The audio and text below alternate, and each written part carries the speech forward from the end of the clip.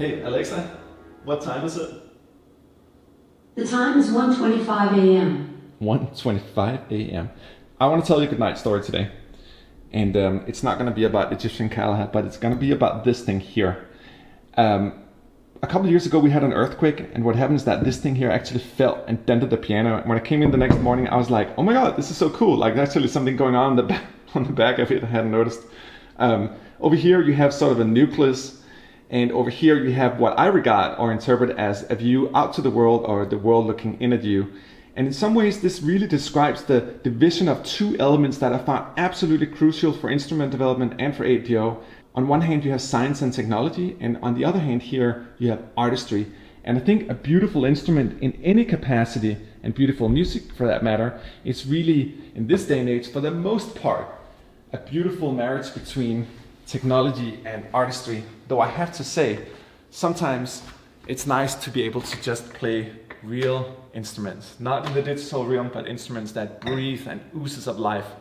The DAW, as beautiful as it is, and I can do a whole other vlog about this, but the DAW is a beautiful thing, but sometimes, you know, it's a little bit different when you touch real instruments. But this is not the subject matter today. I want to talk about something entirely different today. I was thinking, like, I wanted to tie this vlog together with last week. That also gives you guys a chance to put comments in and we can have an ongoing debate. So I want to sort of tie all these vlogs together so there's meaning and coherent content. And I thought it could be cool to take this concept of sample gold that we talked about last week, those patches that you just love, those patches that you always come back to because they work for magical reasons, right?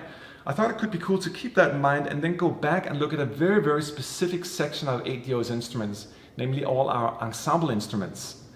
Way back in time, this is 2007, like what, 10 years ago, we recorded these ensemble drums, ensemble toms. We gathered like a bunch of rototoms and octabands and different toms and bass drums and snares and all that stuff, put them in a hall and recorded them as ensemble percussion. And that was kind of cool, and it really worked. So we did the same thing for dole ensemble, we did the same thing for frame drum ensemble, and then we did the same thing for taiko drum ensemble. And taiko drums, I have to say, is the hardest thing to record. You might think it's difficult to record piano or violin or whatever, but to record taikos is a whole other thing. So it's actually the first session we had to do completely over again.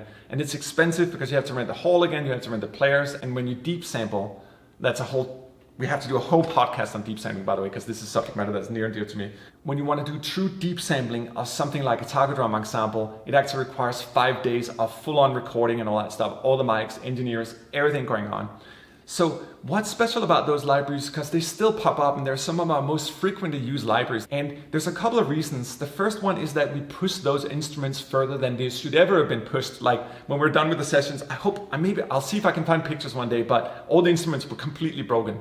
Like, we pushed them that far. And granted, instruments sound horrible when they get pushed too much, but there are certain techniques you can use right on the brink before the instrument like dies, where you get some extra power in the instrument. And that's one of the recipes, but the secret sauce for those libraries, and I guess I can reveal this like 10 years later now, is that we recorded them in a glass hall. It was like nothing like your normal recording environment, but what's so beautiful about that hall for percussion and ensemble percussion is that the glass creates a really, really high treble kind of effect on the percussion, so you get a little more of the hissiness on the slams, so there's a more definition in it. It's not super soft, but it has sort of a powerful sound to it. So I love those libraries, check them out. But another library that I probably love, and even more than that, is our H collection.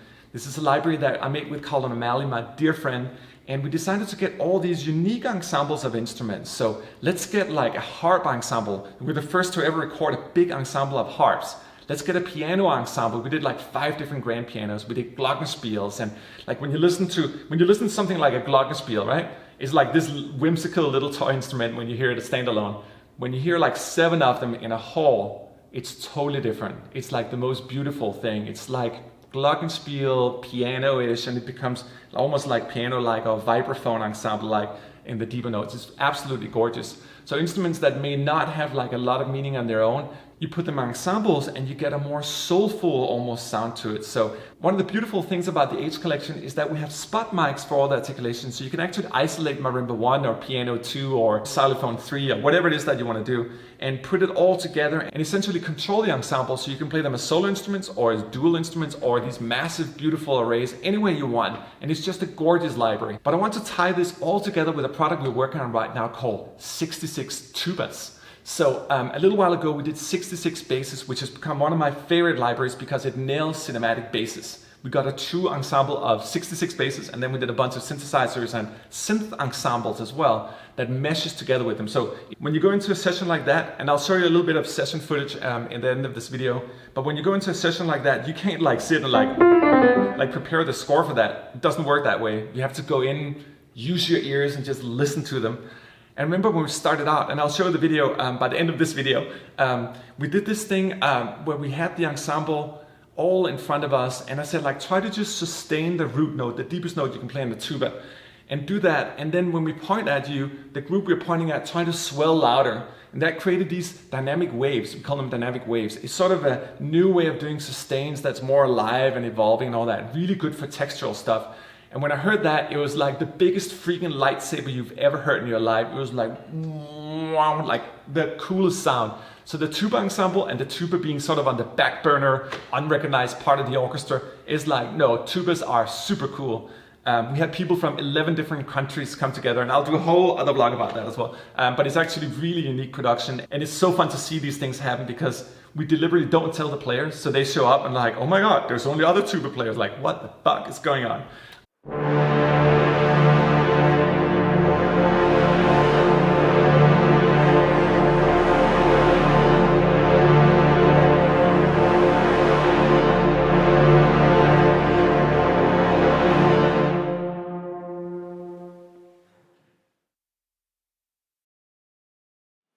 I read an article the other day about porn actresses and how difficult it's been for them going into 4K resolution because you can see every pore and they have to go to plastic surgeons and get it fixed and all that stuff. It must be very delicate.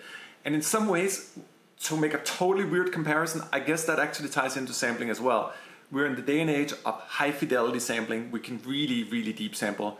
And I should probably do one about deep sampling as well. It's a concept I came up with. It was actually inspired by the Deepwater Horizon scandal, like the oil thing. I thought it was like kind of cool with deep water, deep sampling.